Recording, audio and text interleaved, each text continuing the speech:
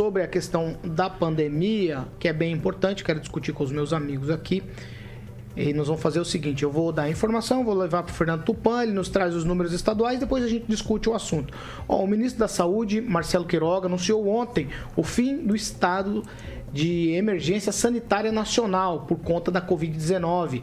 Isso tudo começou em fevereiro de 2020 e a decisão marca o fim das medidas impostas ainda no início da pandemia, mas não o fim da pandemia. Claro, né?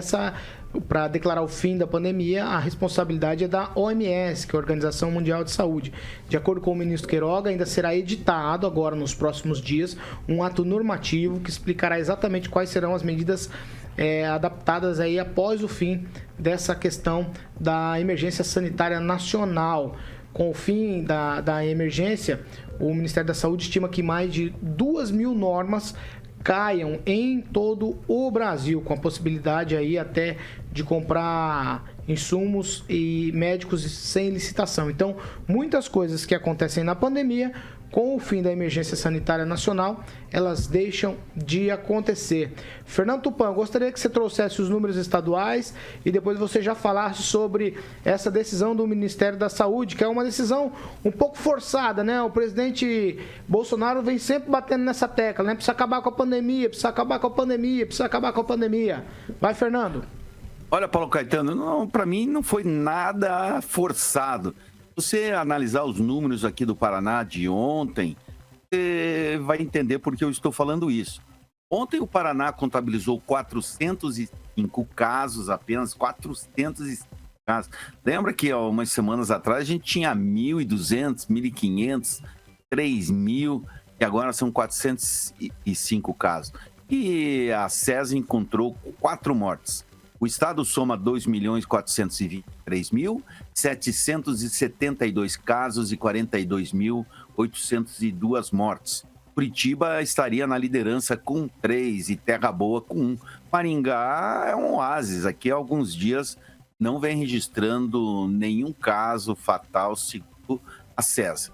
Eu acho que agora, Paulo Caetano, nós vamos começar realmente a andar a economia, vai acabar esse lero-lero. Bolsonaro já não vai poder ser chamado de genocida.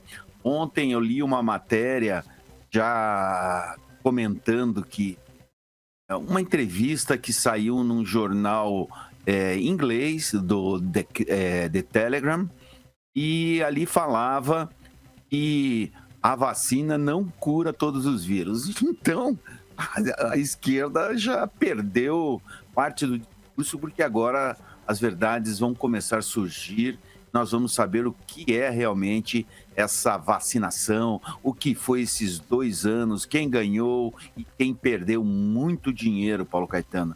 E a gente sabe que, com certeza, as farmacêuticas ficaram de um dia para o outro, como que eu posso falar assim, trilionárias, porque venderam essa vacina e remédios para o mundo inteiro. Vamos lá, vamos seguir agora. Eu vou com você, Ângelo Rigon. O fim da emergência sanitária nacional significa o que nesse ponto da pandemia? Não, é uma coisa natural, deveria realmente acontecer, mas houve, como você bem colocou, toda uma pressão do governo, querendo novamente tirar político dessa situação. Porque saúde, as coisas se resolvem de acordo com os números, né? Não existe mágica. Mas o que eu achei interessante foi o ministro ter ressaltado que são precisos os cuidados, a manutenção dos cuidados. Lavar a mão, máscara quando tiver aglomeração. Acho isso muito interessante. Mas isso não tem tudo a ver, ao contrário do que alguns não querem reconhecer, tem tudo a ver com a vacinação. O governo foi rápido agora em decretar o fim dessa emergência sanitária e foi devagar para começar a vacinação. De repente a gente podia estar nessa situação há um pouco mais de tempo antes, né, do que estamos agora. Mas não deixa de ser louvável, né? Ângelo, mas... Próximo passo... Pode concluir, eu tenho uma pergunta para te fazer nisso que você falou. Me faça, só que parece que eu ouvi, não sei se estou enganado, parece que culpando a esquerda porque a vacina... Mas o ministro ressaltou ontem que a vacinação foi assim, fundamental para a gente chegar nesse ponto. Sim, falou. Né? Então, assim, ele pode ter até atrasado, mas o órgão oficial, que é o Ministério da Saúde, ele está deixando claro que a vacina foi quem nos colocou nesse patamar. Com certeza. E é o primeiro ministro que não é candidato a ocupar um horário eleitoral gratuito, né? Porque todos os outros ministros, por mais furreba que fossem, ocuparam o horário eleitoral para mostrar a cara para ser candidato agora nas eleições de outubro. O ministro da Saúde desistiu de ser candidato e apareceu ontem pela primeira vez, né? Até ele andou pisando no tomate, chegava no Senado lá para ser ouvido, consertava as coisas, permitiu que o seu ministério emitisse notas contraditórias, né? Não obedeceu comissões técnicas sanitárias a respeito de alguns temas, mas ontem ele foi, eu repito, foi legal, foi bom, acredito que ele não vai fazer nenhuma burrada e se antecipar sem ouvir as autoridades. Eu acho que ele aprendeu bem isso ao longo dos últimos meses. Neto. Ele aprendeu muito bem porque ele é um gestor, né? Tem bastante formação na área, né? Alguém que não precisa ser induzido pelas questões políticas nem pelo interesse eleitoreiro, acredito eu, né? Muito sábio ontem a fala do ministro Queiroga e que expõe a realidade do país, né, Paulo? Não adianta a gente falar que nós não caminhamos aqui no Brasil para uma flexibilização ferrenha, né? Já acabamos com o uso de máscara, que na verdade era a principal medida aí de combate, de prevenção, ao vírus da Covid-19 e vai acabar com outras medidas, mas mesmo assim a gente vê uma necessidade, muito bem dito pelo Ângelo, o Queiroga não é político, e a gente vê uma necessidade... Ele não é político, não disputa cargo eletivo, é isso que eu quero passar para quem nos acompanha. Desistiu na última hora. Mas aí, desistir entre desistências e possibilidades, aí tem uma infinidade, né? Nós tínhamos até ontem Sérgio Moro como candidato a presidente, hoje não é candidato a nada, por enquanto, né? Então, é muito relativo. Agora, o que eu queria falar sobre o Queiroga é o papel importante que ele ocupa. Então, aí eu te pergunto, o papel importante que ele ocupa, mesmo não sendo candidato político, um político, vem aquelas teorias da conspiração, aqueles que são contra o governo e que querem voltar ao poder, usam aquele discurso de sempre, né, querendo politizar. Agora eu chamo a atenção se fosse o presidente Bolsonaro anunciando essas medidas baseado nas decisões do ministro Queiroga. Com certeza teríamos críticas e mais críticas aqui hoje, não só aqui, mas em vários veículos, mas a realidade é uma só, gente. Estamos caminhando para momentos mais tranquilos. Quem, Rafael? Bom, então acho que vamos voltar para a monarquia, né? O que vocês acham? Porque é o único jeito de não dizer que está fazendo política, está no palanque político, só está fazendo porque é no eleitoral. Mas na monarquia etc, não tem política? Etc. Né? Eu acho que então vamos ter que voltar na monarquia constitucional, a monarquia parlamentarista. O que vocês acham? Seria interessante tirar aí esse semipresidencialismo aí, né? Que estão querendo mas colocar. Calma, tem um projeto em andamento sobre o semipresidencialista.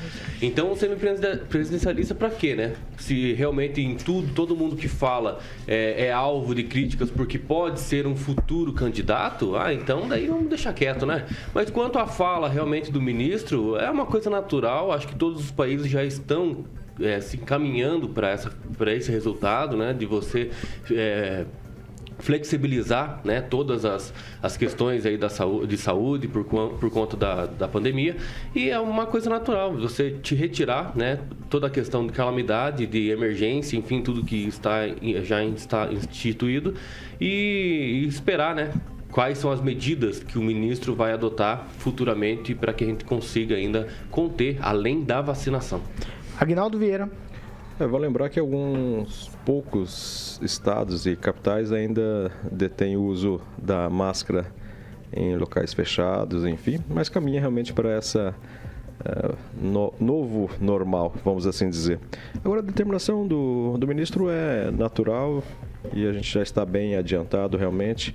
Já precisava não colocar um freio, né, mas já colocar um término dessas ações, para que a gente volte a se preocupar também com dengue, com doenças do coração e outras causas de doenças que têm acometido a população, né? A gente voltar às cirurgias eletivas em todos os municípios para a gente caminhar com mais tranquilidade a partir de agora. Pamela Bussolini. Paulo, eu acho que tudo isso é um reflexo do que nós estamos vivendo, né?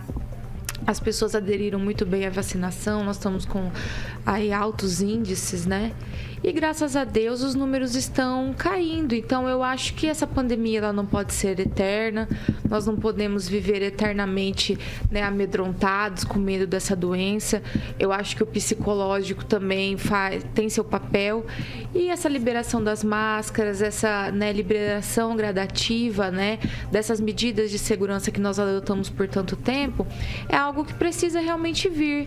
E não acho que o ministro Queiroga tem errado. Eu acho que ele é um técnico, né? Ele é um médico, ele acompanha tudo o que acontece, os números, né? Ele acompanha a Anvisa, e observado tudo isso, ele deu o seu parecer ali ontem, explicou para a população, né, o fim de tudo isso, dessa emergência toda, e claro que isso se reflete, né, nas gestões, né? Gestões municipais, gestões estaduais, e realmente eu acho que já era a hora, porque quando a gente tem um estado de emergência, a gente sabe que tem outras formas, né, de uso do dinheiro público, então também tem essa preocupação.